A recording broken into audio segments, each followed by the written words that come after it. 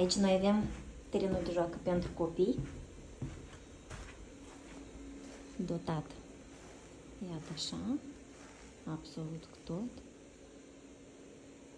baie, noi aici avem.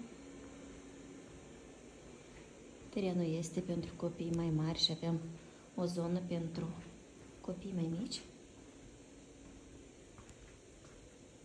Iată așa.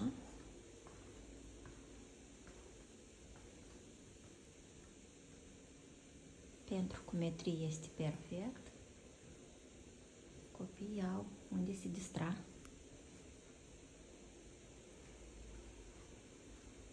Avem și o fetiță care are grijă de copii.